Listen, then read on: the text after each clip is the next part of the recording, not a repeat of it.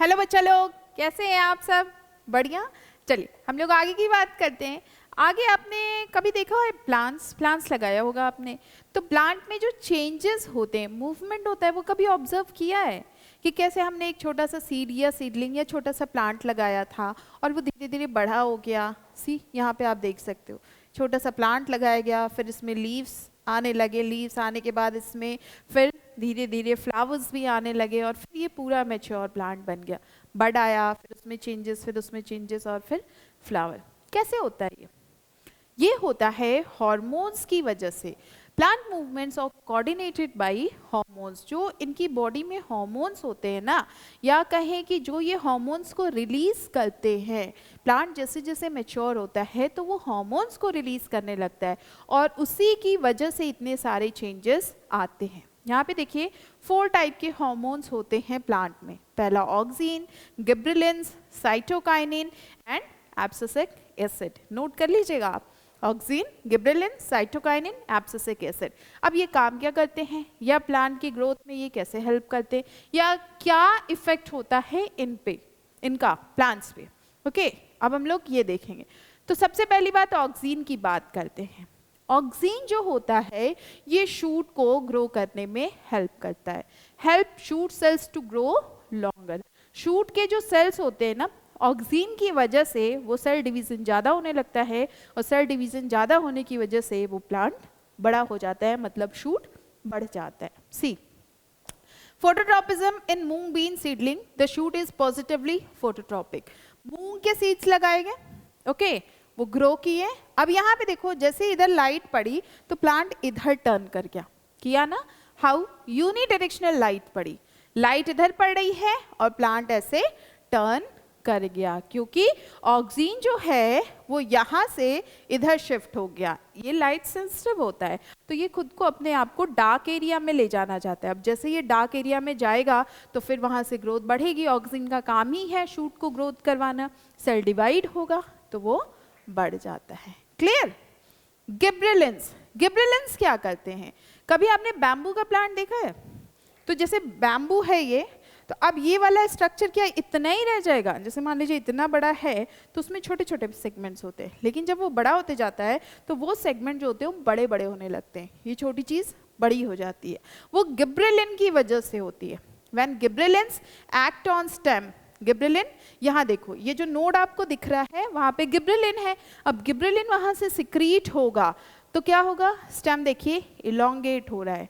देखो गिबरेलिन का सिक्रीशन हुआ और स्टेम बढ़ गया, मतलब बैम्बू प्लांट बड़ा हो गया। ओके, सो गिबरेलिन जो होते हैं ये देखो इलोंगेट करने में हेल्प करते हैं। Clear? Now help in growth of the stem, stem की ग्रोथ में उसको बड़ा करने में हेल्प करते हैं। ऑक्सीजन शूट के लिए होता है, गिबरेलिन स्टेम के लिए होता है। ओके, साइटोकाइनिन, साइटोकाइनिन जो होता है ये सेल डिवीजन को प्रमोट करता है। ओके, और साइटोकाइनिन ही रूट के फॉर्मेशन में भी हेल्प करता है। साइटोकाइनिन की वजह से सेल डिवीजन होगा तो रूट के भी सेल डिवाइड करेंगे, अब सेल डिवाइड करेंगे तो रूट भी बड़ा होगा। ऑक्सीजन शूट के लिए, साइटोकाइनिन रूट के लिए। सो गिबरेलिन देखिए, अरे सॉरी, साइटोकाइनिन जो होते हैं ये सेल डिवीजन को प्रमोट करते हैं, प्रमोट्स सेल डिवीजन। ओके, सी ये एक सेल है ना, आपने बड देखा होगा, बड में क्या होता है? फ्लावरिंग होने लगती है। कैसे होता है? सेल डिवाइड करेगा तभी तो होगा। सो सेल है, सेल ने क्या किया? डिवीजन किया, फिर डिवाइड किया, फिर डिवाइड किया, लार्ज नंबर ऑफ सेल्स हो गए। अब इसमें पूरी की पूरी फ्लावरिंग हो गई। हुई कि नहीं? आप खुद ही देख रहे हो कितने सारे फ्लावर्स बन गए, है ना। सो ये होता है साइटोकाइनिन की वजह से।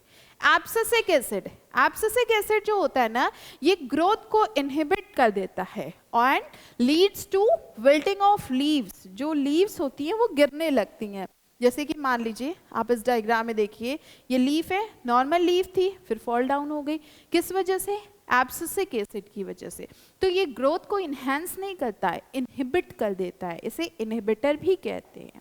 ओके, सो एब्सिसिक एसिड का काम होता है कि ये ग्रोथ को रोकता है। Oxygen, can you recollect the role of all plants hormones? अब देखिए, अब यहाँ आप नोट कर लीजिएगा या स्क्रीनशॉट ले लीजिएगा, कुछ भी।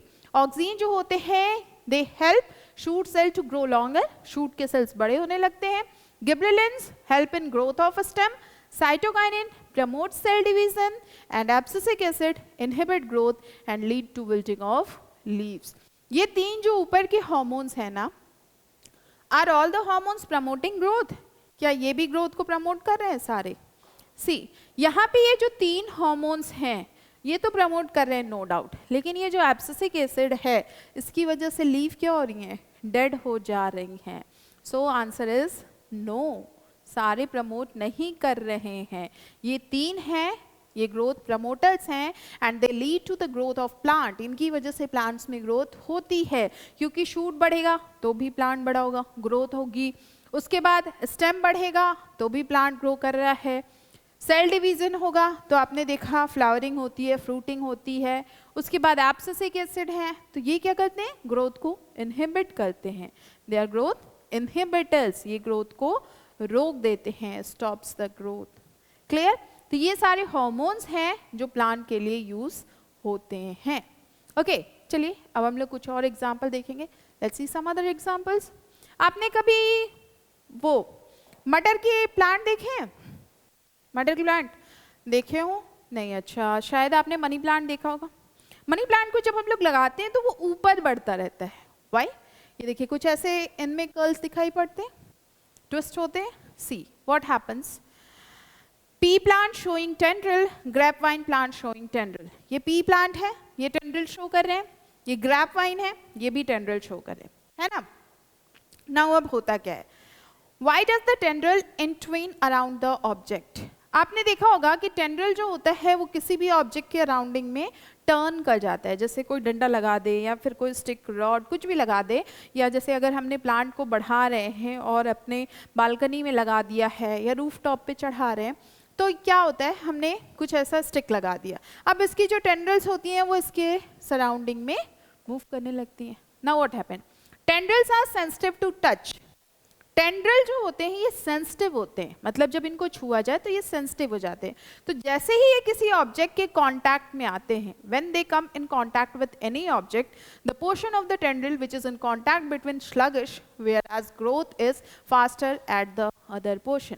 अब जैसे जिस पोर्शन पे इस टेंड्रिल ने ऐसे ऐसे कल कर लिया है, इसके साथ जुड़ गया है, या इसके साथ कहें तो बंद किया है, तो ये जो होगा सेंसिटिव है. सेंसिटिव होगा तो अब क्या होगा? यहाँ से हार्मोन्स का सिक्रीशन ज़्यादा नहीं हो पाएगा और अदर पार्ट से हार्मोन का सिक्रीशन ज़्यादा होगा.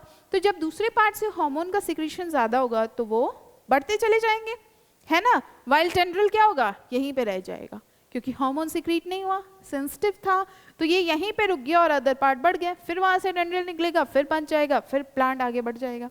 ये प्रोसेस होता रहता है.